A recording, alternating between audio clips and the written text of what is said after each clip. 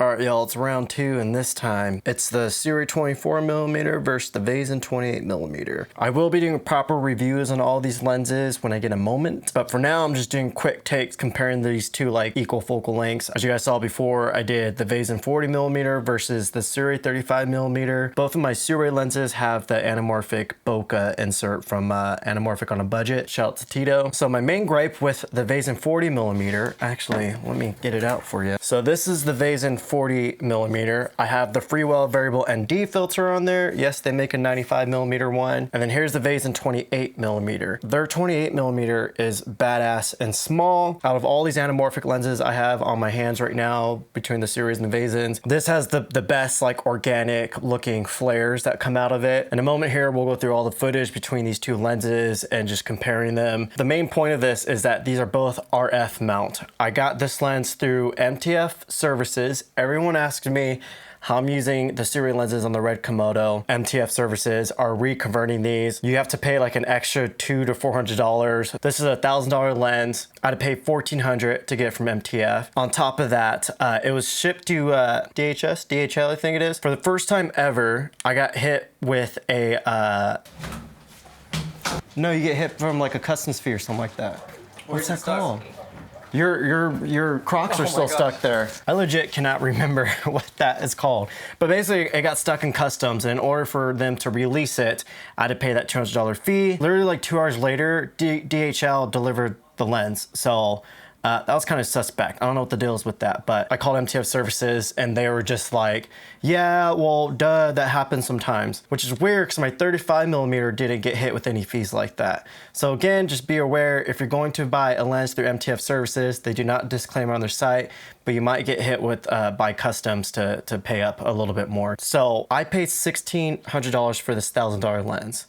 That's ridiculous. I also need to disclaim that this Vazen I have on my hand right now is a prototype. So in another video I did, I had this set on the DJI RS2 and I was using the Raven Eye with the Komodo and it freaked out on me and it literally threw the lens off of this. So I had to JB weld it back onto the mount. My Vazen rep, he's super badass dude, because he legit told me, he's like, dude, just glue it back on, it'll be fine.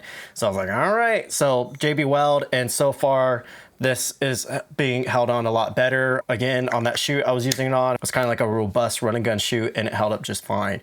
Now, I don't know if I put this back on a gimbal just because I don't want to break it, but this isn't like a final production lens. Here's the two fronts on them. So now the backs are different. So you see the Sirui does cover a Super 35 sensor. The Vazen's made for micro. The Vazen is made for micro 4/3 sensors, so you can really see what the difference is there. So, all right, y'all, let's first start off with our distortion test. I did a previous video comparing the Vazen 40mm to the Sirui 35mm, and the common issue with the Siris is when you're at minimal focus, the stretch factor is a 1.25. It's not a 1.33. Now, when you have the bokeh insert in there, it's not really an issue because you still get the anamorphic look, but you just have to be aware that your D-squeeze is going to be different. Here's the Vazen 28mm. I do believe this was set at 2.8, and then the Sirui 24mm, which was set at 2.8. So you can see the bokeh in the background. Let's just look at that real quick. Actually looks pretty similar, but since the minimum focus distance on the Sirui is shorter, you see we're able to get a little bit more closer. It does look like there's a tiny bit more distortion on it too, and you'll see in the upcoming clips that it's more prevalent as well. But you see we're at a 1.250 stretch.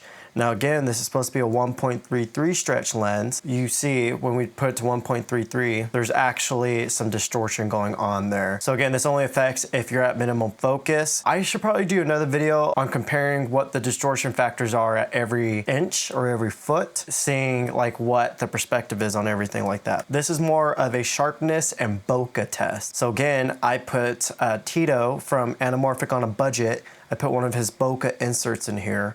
Now, you do have to tape it down. I'm kind of scared because you guys see the kind of stuff I film sometimes. I'm out there in the heat and the dust, so we'll see if that insert ever comes apart. Hopefully it's not on a proper gig because that would suck. So you see the minimum focus, we had it back up on the Vazen, and it is a 28mm, so we do have a little bit more compression.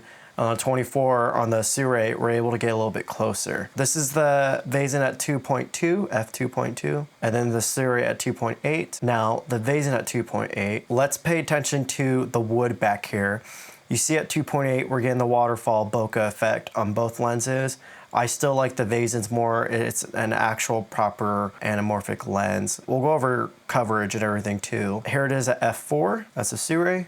And then the Vazen at f4. You see the Vazen still looks pretty freaking bokeh'd out, even at f4, just because of the anamorphic distortion that we get out of there. And you see the Sirui is already starting to lose that look. Now let's go to f5.6. At this point, the Sirui is kind of looking like a normal lens already, and then the Vazen still kind of has that beautiful anamorphic look. Okay, let's do f8. The Sirui is pretty much looking like a normal lens besides all the flaring and everything going on. And then the Vazen at f8. Our bokeh is kind of losing it, but you see there's still some pretty cool separation between the two. Let's just punch in at 200% here. So the Sirui looks pretty sharp. This is a pretty freaking clean lens. Now let's go with the Vazen 2.8. So you see it sounds sharp. Let's go with the f4 on the Sirui. The 2.8 and the f4, you get a little bit more sharpness, but the 2.8 is actually pretty good still.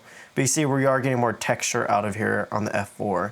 And the Vazen f4, kind of soft. So Sirui at 5.6. So here's the 2.8, 5.6. Definitely sharpen up, and our flares look better too. This might be an issue with the insert. I might have to open back up and just black it out a little bit more on the edges. Without the insert, it might be cleaner actually. I might mess that up on my end. And then here's the 5.6 on the Vazen. 5.6 on Vazen, 5.6 on the Sirui. You see how much more sharper the Sirui is. Now let's go to f8 on the Vazen, f8 on the Sirui. Of course, there's a lot of noise. I had to bump the ISO up, and I didn't black shade my red. So now let's just go through the Vazen's apertures. So this is 2.2, 2.8. You see back and forth. Sharpens up a little bit. And then f4 versus the 2.2. Getting a little bit cleaner there. This lens is pretty safe at f4, I would say. This is enough that we could sharpen it in post. Here's the 5.6 versus the 2.2. And f8. f8 cleans it up too, but not by that much. So since I'm shooting a red raw, I did go in and I did sharpen these, but the sharpening settings are the same exact on both. And let's go dial in the sharpening. 0.44 there. So let's see before and after. So you see you can sharpen it. You can get a sharper look out of this lens, but it's still going to have like that vintage soft look to it. That's just the way this lens is. Let's go to the 2.2 and let's just paste that setting in there. So you see the 2.8 actually looks pretty good. To me, this is usable. Now let's go to the 2.2. So the 2.2, this is still usable for me. If it was more of a creative shoot for commercial work, I don't know if that would pass. So why most reviews on this lens say how soft they are. I haven't really seen anyone go and sharpen it. That's the proper workflow for sharpening, at least that I know of. And you see, you can really get a lot more bang out of these lenses after you do that. And I think it's important to mention, we'll go into coverage next now. I think that's the perfect segue for that. You see what we're getting here. I'm shooting 6K on the red, and I'm having to fill the image in. So that's another reason why we're getting a softer look, is we're shooting on a 17:9 sensor. I think the Komodo 17:9, but when we're getting the D-stretch on a 1.8x stretch, we're losing a lot of resolution here. I think a lot of people forget that you're going to lose some sharpness because of that. You see we had to zoom in 1.430 times to fill the frame. After this, we'll go over distortion. I'll show you some more bokeh stuff, some more sharpness stuff, and then we'll do one final one on flares. So here's our coverage. So again, I was just showing you guys to 1.8x stretch on the Vazens and a 1.33x stretch on the Siruis. So with the Komodo 6K, it's a 1.3x crop, and so we are getting a little bit of vignetting on there, but see the coverage there. So again, when you're having to zoom in almost 1.5 times on the Vazen, you are losing some resolution because of that. So it would be kind of cool if Vazen did make some Super 35 1.33x stretch lenses that didn't change stretch factors as you're doing minimal focus. I think those lenses would crush. Also, if they slipped in some inserts in there as well. I know the SLR Magic anamorphic lenses do that. But let's just go through this. So this is at 2.8 on the Vazen, 2.8 on the Siruis, f4 on the Vazen, f4 on the Siruis, f5.6 on the Vazen, f5.6 on the Sirui. So again, the Sirui is a 24mm and the Vazen is a 28mm, so we are getting different focal lengths here. Now let's go into a 3x crop here. Just look at the sharpness here. So here's the Vazen, at 2.8, Sirui at 2.8. So you see the Sirui is actually, it is sharper, but it's not perfect. I'm pretty sure the Sirui 35mm is more sharper than their 24mm. But you see we are getting a lot of chromatic aberrations on the Vazen, and the Sirui's a little bit more cleaner there, I think it's safe to say. F4 on the Vazen, F4 on the Sirui. Here's the F8. You see between F4 and F8, the lens doesn't get that much more sharper. And then F8 on the Sirui. You see we are getting a lot more detail like in these curtains. So here's distortion real quick. This is the Sirui 24mm and the Vazen 28mm. You see distortion is actually pretty similar here. I know a lot of people complain about distortion stuff. I love distortion. I could give two shits about distortion, honestly. I like the character that it gives. Let's go into bokeh again real quick. So this is the Sirui. This is 2.8, F4, F5.6. Here's the Vazen. This is 2.2, 2.8, F4, F5.6. Now let's go back and forth between them. So it's the Sirui 2.8, Vazen F2.2. Let's pay attention to this point down here, really. They're kind of similar. Let's look at the Vazen's 2.8 now. There's the Sirui 2.8. I mean, this insert's really doing amazing work for us, but I mean, you can't beat a true anamorphic. Look at these orbs right here, super oval. And on the Sirui, they're pretty oval, but they're getting cut on top a little bit. Our little insert in there isn't giving us we don't have full coverage on the insert, but I mean, it's still doing its job on morphing that bokeh. Now let's do the F4s. This is the Sirui F4, Vazen F4. So you see already the Sirui is already, the bokeh is starting to look a little bit more round, like look back over here. And then the Vazens, you see we still got insane anamorphic bokeh back there. Here's the F8, you see F8, this is starting to look, I mean, it still kind of has an anamorphic vibe to it, but it definitely looks more like a regular lens. And the Vazen, you see we still have that beautiful waterfall bokeh. Like look at this, like your eyes just call to it. Brain's kind of confused just because it's like, what is this like beautiful texture, creaminess in the background. The downside to the Siruis is when you put the inserts in them, as you close them down, the inserts aren't doing anything. Now let's go over some flares real quick, and then I'll show you some random footage that I have with the Sirui. This is the Sirui right here, 24mm. I have a feeling my insert is kind of causing that hazing bokeh right there. Again, I only marker down one side, so I think both sides need to be marked. And then here's the Vazen. I love the flares on this 28mm. It is my favorite anamorphic lens that I've tried. Granted, I haven't tried a lot. But the amber flares, if Sirui came out with amber versions, oh my God. Here's one last flare test. This is the Vazen 28mm. Like it just looks the flares look very organic, very subtle most of the time. And then here's the Sirui 24mm. See, the flares on here don't look too bad.